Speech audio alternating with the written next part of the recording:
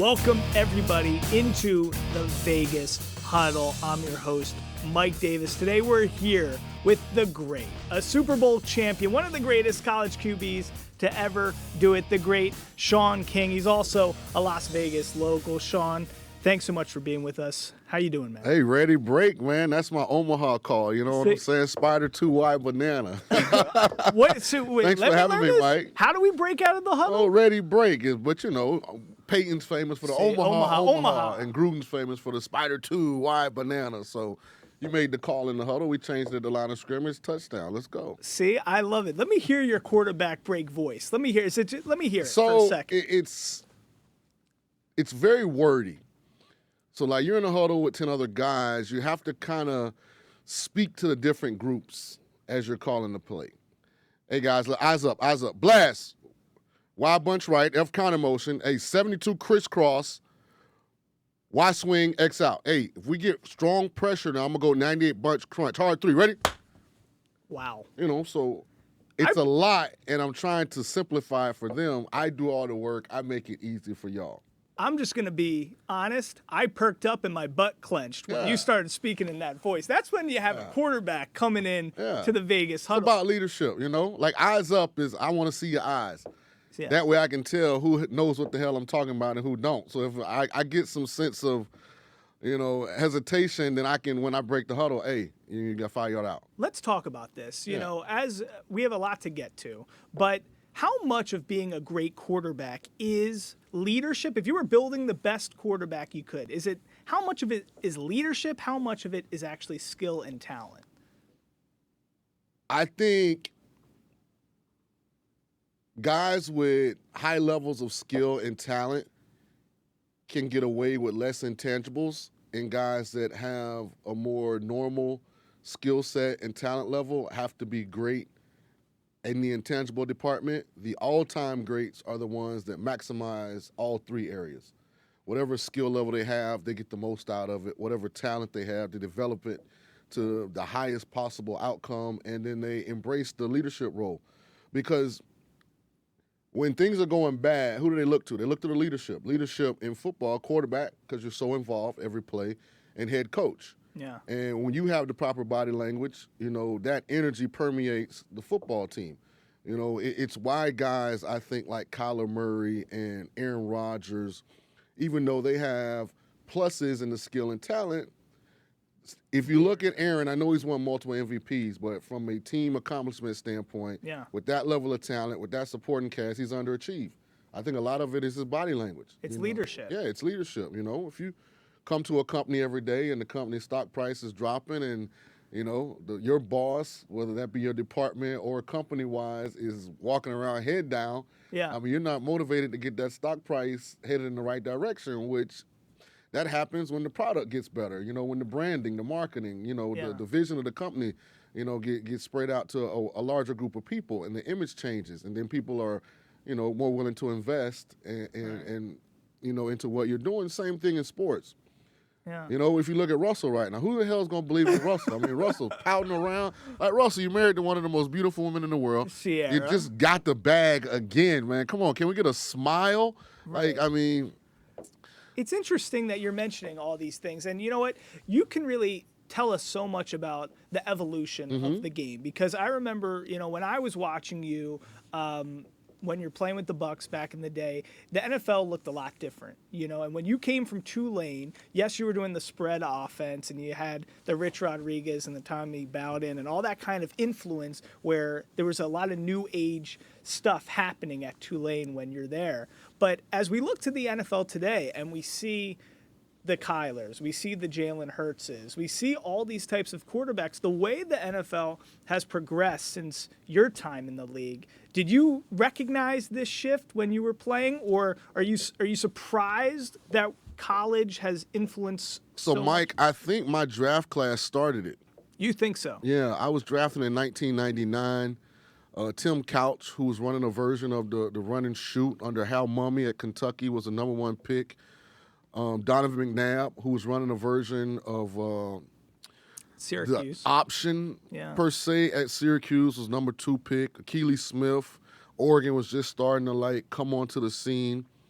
Cade McNown, probably a more traditional offense at UCLA, but then you had myself with Rich Rodriguez and Tommy Bowden. We were running a spread system, so I think that he had guys like Aaron Brooks who was in that class. Michael Bishop was in that class. To me, that was the class that kind of made the NFL start to evolve. And they didn't do it willingly, but what happens is the pool of talent that you select from is all running it this way. So we're not running it that way, but we can't outsource, the personnel. We can't send it to this country because it's cheaper or, this is what we have and this is what they're running. So we're going to have to start, creating some systems that look more similar to where our talent is coming from, or we're not going to be able to make solid and sound evaluations. If it's all about taking somebody from what you see them being successful at and putting them into something that they've never been exposed to, that's a recipe for disaster. So they got tired of failing. And then now you see, remember shotgun used to only be in a 2-minute offense. Really? Yeah. You remember watching old football games, the only time they went to shotgun was in 2-minute offense. And now it's like every might have had one running play, a draw play, and that was it. So now the majority of the game is played from shotgun. Only time you went up-tempo, generally 2-minute offense, end of the first half or end of the game. Now a lot of teams, that's their base offense. So, it's evolved. I think it's evolved for the better. I think it's a more exciting game. Not talking about Denver and Indy last night, which set. And a lot of people can't get that time back. It's going to be some people as they get older, they're going to want a few more hours, and they're going to remember the ones they wasted watching Denver and Indy last night. Play a terrible You're saying game. as a player, no, and as a viewer. As a viewer. Yeah, as a viewer. Sports is entertainment. Right. People should be entertained. That wasn't entertainment. Yeah, that wasn't entertainment. Yeah, that was punishment. Well, you know what?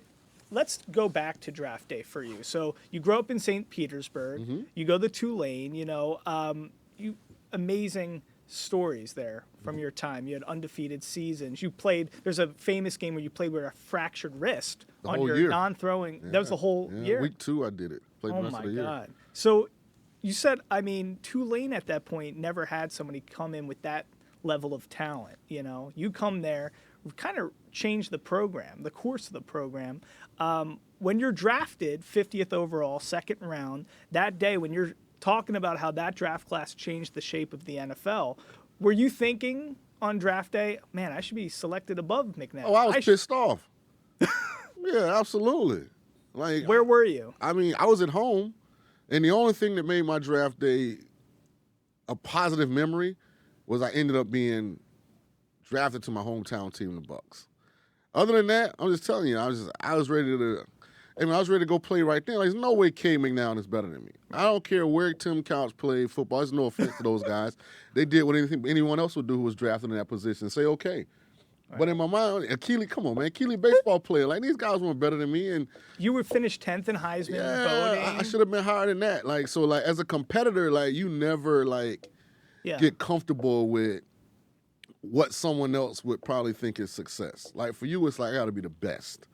Like, every time I step on this field, I'm trying to prove that I'm better than the guy I'm competing against. That's just, why most athletes succeed. If you don't think like that, then you generally don't make it, especially in a game that's violent and physical like football. And to me, if I'm a GM, if I'm somebody who's running an organization or franchise, to me, it's far more impressive to have a guy who can shape a franchise, shape an organization like Tulane. They didn't have the pedigree of a guy like that. For somebody to come in like Shaun King, change the trajectory of a program and take a program on his back, to me, that's a lot more impressive than plucking a guy from one of these schools where there's a guy coming in every year to a system, right? So did you feel like that was people overlooked that in the drafting process? I just think the exposure to the information wasn't what it is now. Like, social media has created this proliferation of information from all kind of platforms.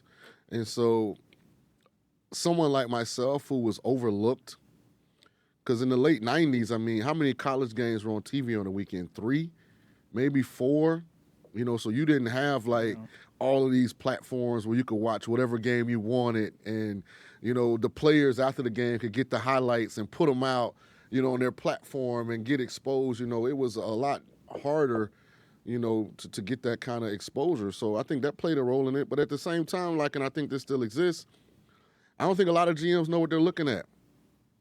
You know, that's the hard thing with professional sports is these owners are extremely successful. No one can deny that. You can pay $1 billion for something. Like, you can have a conversation about paying $100 million for something. That means you're doing something right? Most of these pro sports teams are $1 billion, but none of these owners play sports. Right. So they're hiring people to do two jobs that kind of get intertwined, and when the connectivity isn't right, I think failure happens a lot more than success. So you're hiring a GM, a president, to run a $1 billion business, but they're also in control of talent acquisition.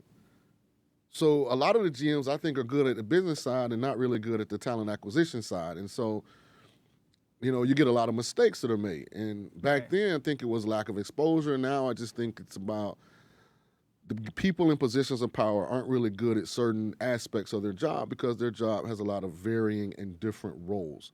But they're still in power, and they don't want to relinquish that power, even though they know they're deficient. Interesting. Right. And I think that's a beautiful way of saying a lot of stuff. So when you're in an organization like the Buccaneers, which, I mean, you guys win Super Bowl 37. You have Tony Dungy there for most of the time. Then Gruden comes in and wins when he's the head coach that year. But, you know, a guy like John Lynch, who's on that team now, he's in a position with the 49ers. When you're on a team like that in the locker room, do you see, John Lynch is a guy who's going to be in a role like this one day? Can you see that? John was a headhunter, man. The crazy thing about how fortunate you are and sometimes how unfortunate you are based on when you were born. Yeah. Lynch wouldn't make a Pro Bowl now because he'd be suspended every year.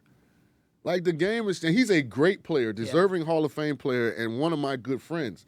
And one reason that San Francisco's roster is as talented across the board as it is because he has a unique vantage point with which to select talent. But if Lynch was born and was playing now, he wouldn't be John Lynch because the rules are so different. I grew up in Philly. My favorite player growing up was Brian Dawkins. Yeah. You know, and Brian wouldn't make it now. He wouldn't. They don't allow guys to play the game on defense like that. Is this bad? Is this bad for the sport? I don't know if it's bad. I just don't like when people are reactionary. Explain. What does that mean? The NFL changed because of public pressure. Yeah. Guys getting hit hard, guys being vulnerable on the field. You know, now concussions, you know, is a big topic of conversation. Yeah. You know, my point about concussions, there is no right answer. I mean, Tua is a talking point everybody's talking about.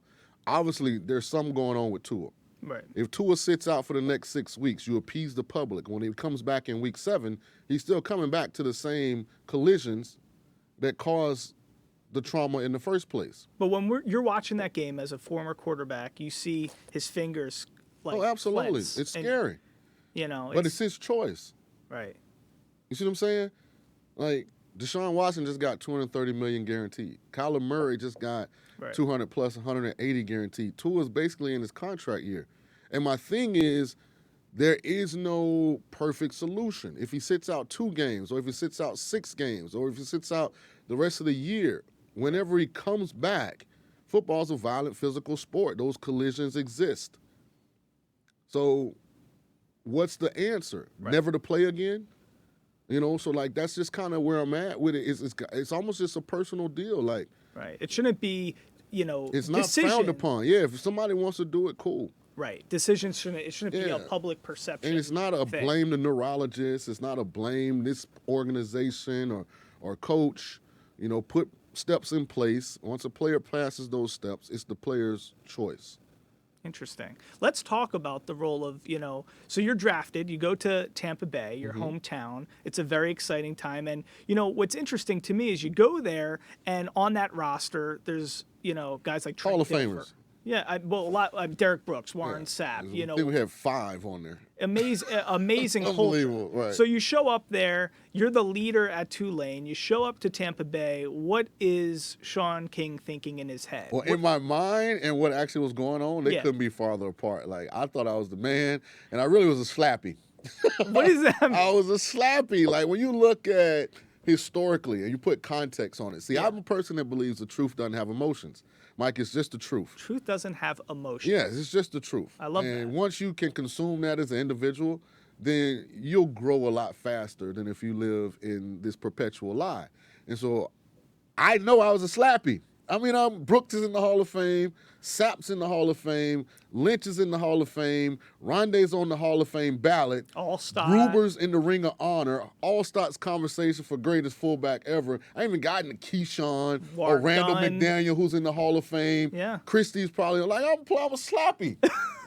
I mean, Warwick Dunn's gotten Man of the Year. Like, Right. I mean, come on, man. So, But like, the dichotomy, like you were alluding it's hard right. to be the young kid in that environment and situation. Because, and it's Trey Lance is dealing with it now. I know he's injured, but when do you get to develop? When do you get to be rookie Brooks or rookie Sapp? You know, when do you get to be like rookie Peyton Manning, where you can go out and just, Right. hey, we're just going to play football, guys. We're going to figure it out on the fly. You know, at the end of the year, we're going to sit down. We're going to look at everything we did, good, bad. We're going to figure out how to start the process of being great. Peyton threw, what, 26, 28 Interceptions first Man, year. I was told, listen, if you don't turn it over, we win. I mean, Right. So it's I'm not complaining, you know, Right. because, hey, man, no explanations, no excuses. You know, Right. you find a way. Some paths are different than others, but, you know, success is always at the end of them if you work hard enough. But I'm just saying it's not, and this is why I've always sympathized with Trey Lance. It's not the greatest situation for a young quarterback. No. But, you know, not every situation is Andy Reid plucking Donovan McNabb, seeing something in him, drafting him over Ricky Williams and saying, you know, which maddened an entire city. I mean, people were crazed Initially. about that. Yes, initially. Right. But, you know, not every circumstance is Andy Reid being a quarterback guru, somebody who's going to develop somebody. So did Tony Dungy do that with you or no? So Tony and his staff were our coaches at the Senior Bowl. So they got a chance to see myself and Booger McFarland up close, see how we were wired. And I think they brought us in to eventually be the captains on offense and defense of the Bucs down the line. And again, it's hard for rookies to all of a sudden walk into a situation. And we got really good by the end of my rookie year because Trent Dilfer was a starting quarterback. We had playoff expectations, but we didn't have like Tampa should win the Super Bowl. But by the time I had started playing, you know, not saying it was because of me, Trent got hurt, but we ended up in the NFC Championship game. Right. And so now it's... And you lose to the Rams, who end up winning. Right. You know, and it was a crazy game. Martin Gramatic, I think, missed a kick, right? Not the Rams. I think that was the 11-6 or something game, I think. Yeah, that was. I don't think Martin missed the field goal. Because you guys beat the Redskins, I think. Yeah, we beat the Redskins, who were then the Washington football team. Right. Now the Commanders. Make your mind up. But, so, let's be honest. Let's talk like that line you said, the truth has no emotion, It doesn't. right? So, I'm thinking about, I'm a 30-year-old kid. I'm born in 92. My memories of Shaun King, watching you play, playing with you in Madden, I'm like, this guy is talented. Why is Brad Johnson our quarterback for a lot of these years? Did you have that same sentiment? How do teach us at home why things work the way in the NFL the way they do? Again, it's about timing. And like what a lot of people don't know is that we fired our offensive coordinators my first 5 years in Tampa. So we had a different offensive coordinator all 4 years, my first 4 years in Tampa. So it was never same offense in the offseason. No stability. Yeah, no stability, no continuity. And again, I was the young quarterback. I'm in a new system as a rookie, new system as a second-year player. You know, I thought we made a lot of strides in my second year, 10-6, you know, but we lost to Philly in the playoffs. Right. So I think there was some panic, probably from the GM at the time, Rich McKay, that the window was closing, you know, for the prime years of some of our future Hall of Famers. And maybe go and get a veteran quarterback, you know, was the right answer. My, you know, recollection as I look back is, you know, your strength of your team is going to be where the most amount of money is allocated. I mean, all of our money at the time was allocated on defense. Right. You know, that's just how the team had been built. Coach Dungy's a defensive coach. Yeah. You know, our highest paid guys all on defense. And that never changed until John Gruden came in. And John Gruden, you know, one thing he did do, He's definitely not the coach or the man that Tony Dungy is. I don't think John's the villain that people paint him to be, but he's definitely not Tony Dungy either. So, but the one thing he did was he made him balance, the balance sheet. Right. And we brought in Joe Jurevicius and Keenan McCardell and Michael Pittman and Thomas Jones and Ricky Dudley, and you saw a whole lot more resources put on offense, and now we had a balanced, complete team. Whereas in the previous regime, it was all on defense for the most part. Right. And it was a vicious defense, but it is They're really interesting. good, all-time great. Yeah, an all-time great, but it's interesting to see that allocation of resources and how things work. So when you look back on your career now, and you're such an incredible broadcaster, and it's obviously evident through this conversation. When you think about your time in the NFL, what do you say to yourself? How do you look back at it? I just say I wish I still had my hair. You know what I mean? Damn, man. Hey, I just, my hair, man. I almost went through depression. I mean, thank God for Michael Jordan. Oh, I don't know what I would have did. But, I mean, my hair, I just want my hair back, man. No, I don't live with regrets, Mike. Yeah. It is what it is. I mean, hell, if me, McNabb, Vic, Aaron Brooks, if all of us were in the league now, I mean, you look at what Slappies are making, and you're like, oh my God, man, we'd be in the biobank. Right. But, I mean, other than that, I mean, we had our run, we had a lot of successes, on to the next, trying to be great in broadcasting. I was in coaching, trying to be great in coaching, trying to be a great husband, great father, trying to be an elite cigar smoker, you know what I mean? Trying to taste all of the fine bourbons and whiskeys. See, I love it. Try and max it out, whatever it is. You're a Las Vegas local now. How do you like it here? Tell us about everything you're doing at Veasan and how you like Vegas. I have a talk show. Yeah. It's a TV show. It's filmed 3 to 6 Pacific, Monday through Friday. We're filmed out of the Circa Sportsbook in downtown Vegas. Beautiful property that Derek Stevens, probably in my opinion, the best sportsbook I've ever been in. I think so. And I don't say that because I work there. It's beautiful. It's magnificent. If you haven't seen it, it's definitely worth coming to see. And the casino is kind of the nucleus of the casino is the sportsbook. Yeah, the casino is actually an afterthought. It's like he built this cool sports book and decided to put some blackjack and some crap tables behind it. Which makes it awesome. Yeah. So that's my main gig. I like being involved in the community, so I actually call the high school game of the week on Thursday nights on my LV TV. I'm going to start some selective quarterback training, I think. Would I be? I'm too selective. I want to make it. Yeah, selective. Yeah. highly selective. I'm gonna have price points for non-selective students.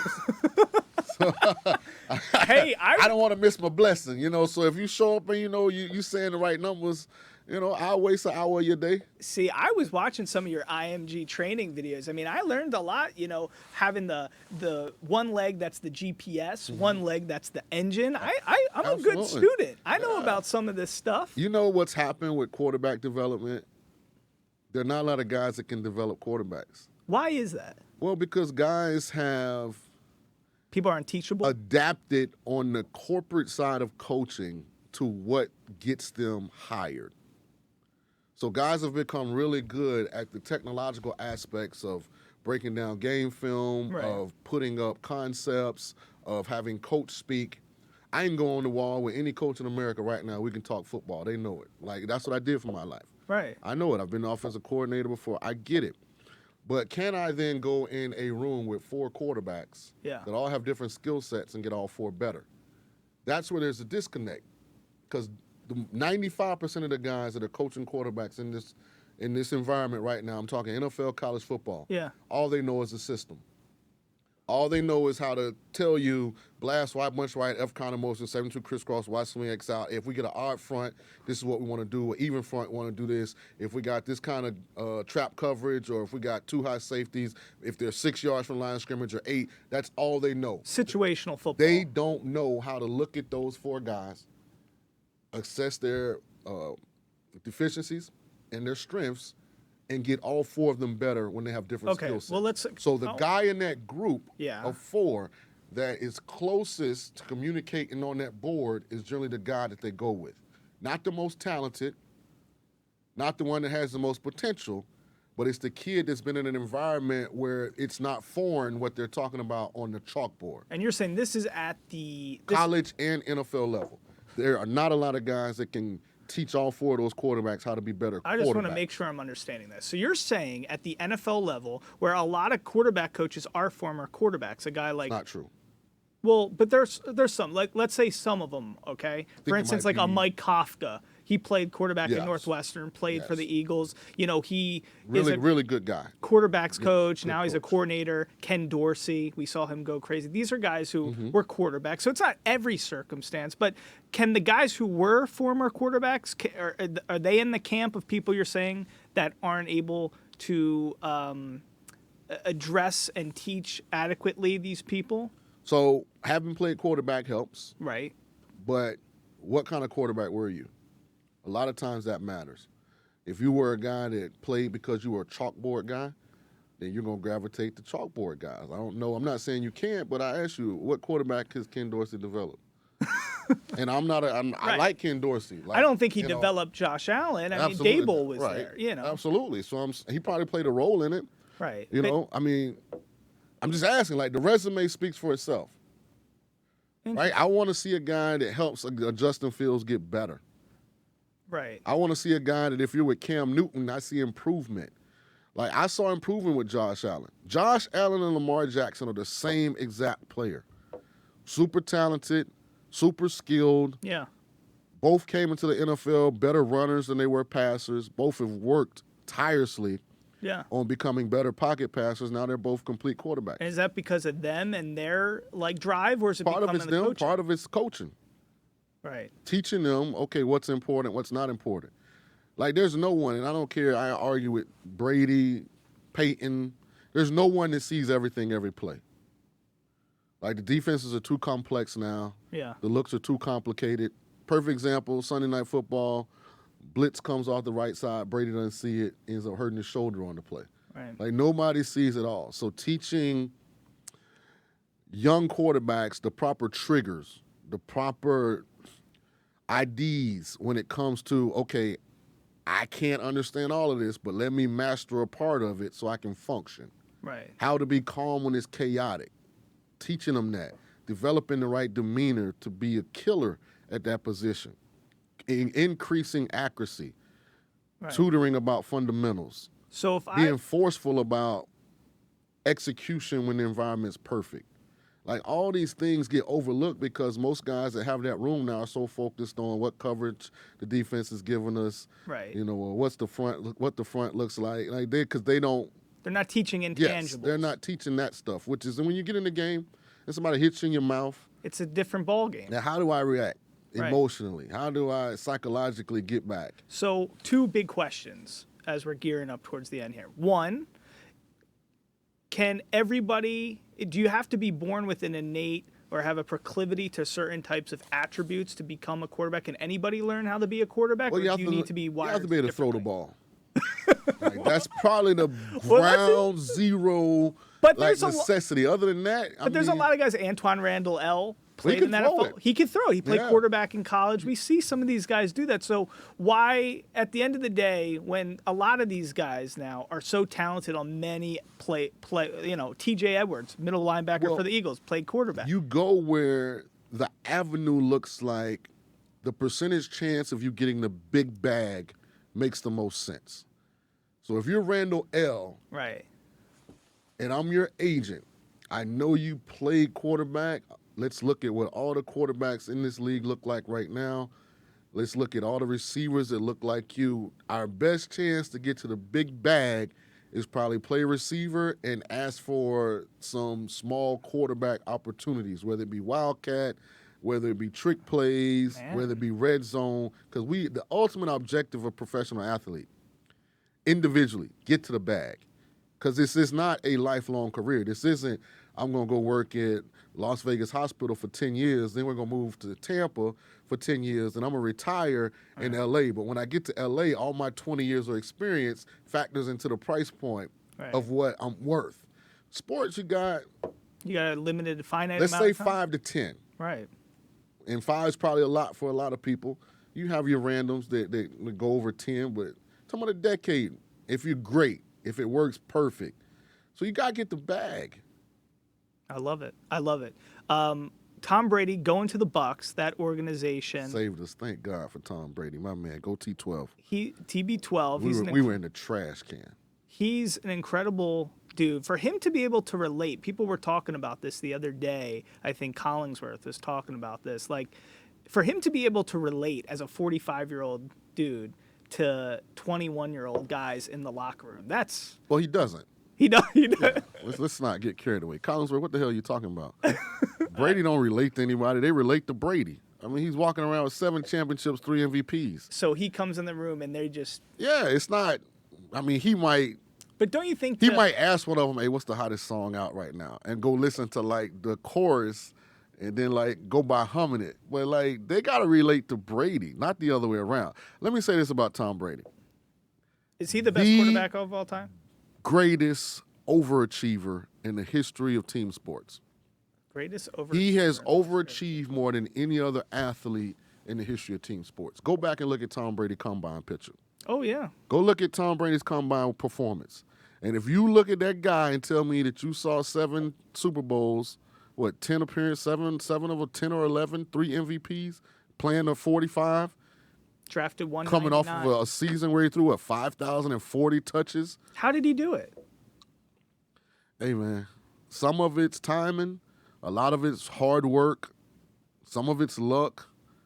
You know, at the end of the day, every time he had the opportunity, he made the play. You know, he had to first get it. What if Drew Bledsoe don't run out of bounds? What if Drew Bledsoe don't run out of bounds against the Jets? That play we got knocked out in the era of Brady stuff. Like, sometimes it's timing, but he was ready for the opportunity. You know, so that's what I would always tell the young players. Like, you were ready. Yeah, he probably thought he was better than Bledsoe. You know, I definitely thought I was better than Trent. You know, we both kind of got put in the game the same situation. The starter got injured, and that's where our career parallels stopped. So I don't want anybody to get confused because I'm definitely not as successful as Tom Brady, not even a little bit. I mean, his baby mama is worth, what, 50, 60 million? Now his second baby mama worth, what, $1 billion? Good God. I see you. Salute, Tom. I see you, baby. But you know what? It is a great thing. Let's wrap this up with 2 last questions. One, what's the number 1 attribute for kids at home? Let's just say they're like me. They're going to pull out the bag to get one-on-one individual training because you're highly selective. What's the number 1 quality we would want if you could pick anything? Heart, arm, legs. What would it be? What's the number 1 thing you can't teach that you would want, and then you can develop the other things? I don't think there's anything that associates or attaches to this human form that can't be improved. Now, there are some people that are just not going to be football players. You know, God didn't bless them with that ability, but that doesn't mean they can't be, you know, a good Little League participant or someone that contributes on the high school team, whether it just be special teams. Like, everybody has room for growth. There's always potential. And I just think you have to commit to being consistently passionate about something. You know, what I found, and I have 4 kids of my own, is the attention span is short. Yeah. You know, I'm really into, you know, this week, and then the following week I'm into something else. Like, when it comes to sports, like, it takes a level of consistent commitment if you really want to improve at it.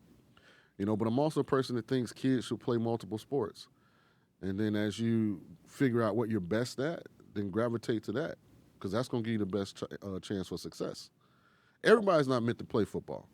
Like, I'm just telling you, football's a violent, like physical game. Yeah, it's not for everybody. Shaun's like, yeah, definitely. Some guys, hey, man, just, this ain't you. I've had to have a conversation with parents before. Like, you know, I know you want them to play football, but at least right now, I don't think that's the right move. Like, you got to have a mindset to play that game. Like, that's a game where, like, you make another person do something against their will and are rewarded for it. That's a game where the most physical, the most violent within the rules teams a lot of times are successful. Like, football doesn't get chosen. Football chooses you. Like, you put your kid out there, like, you'll learn quick if that's the sport for them. But it's also a sport where there's a lot of accountability, a lot of discipline. You know, it teaches kids how to compete at the highest levels, how to fight through adversity, how to be mentally and psychologically tough. Like, it's a lot of great components of it. And if you're looking at it from an educational standpoint, every college has what is it 80-something scholarship players. Yeah. So it's a great opportunity to have your education paid for. If you can get good enough. And now with NIL too. But listen, I felt like I went to a sermon today. This was, what an orator. So many great lines. Touch. Oh my God. Football chooses you. There's no emotion and truth. That's right. Truth doesn't have emotion. Every right. part of the human body form can be improved upon. This is great stuff. Shaun King, a Las Vegas local, thanks for being here with us. A Super Bowl champion, one of the best quarterbacks in college, in the NFL. College. Let's keep it a buck. Yeah, in college I was really good. I was that dude. You really were. The pros, no, you were good in the pros. I was too. okay, but I didn't get a chance to really be me. Like if I came through now, I'd be much better. You know what? Yeah. I love that you're here. Since this is the first time we're having a quarterback in the Vegas Huddle, could we put a little? Could we do a break? You look like you don't want to do it. Oh. Hey, do you like our hands tucked? Success or bust on 3. 1, 2, 3. Success or bust. There you go. That's the Vegas Huddle. Guys, thanks for joining us inside the Vegas Huddle. Make sure you listen, subscribe, Spotify, Apple Podcasts. Also, tune in on the Silver State Sports and Entertainment Network, and you can find us everywhere you get your podcasts. The great Shaun King, a Las Vegas local. Thanks for spending some time with us in the Vegas Huddle. Till next time.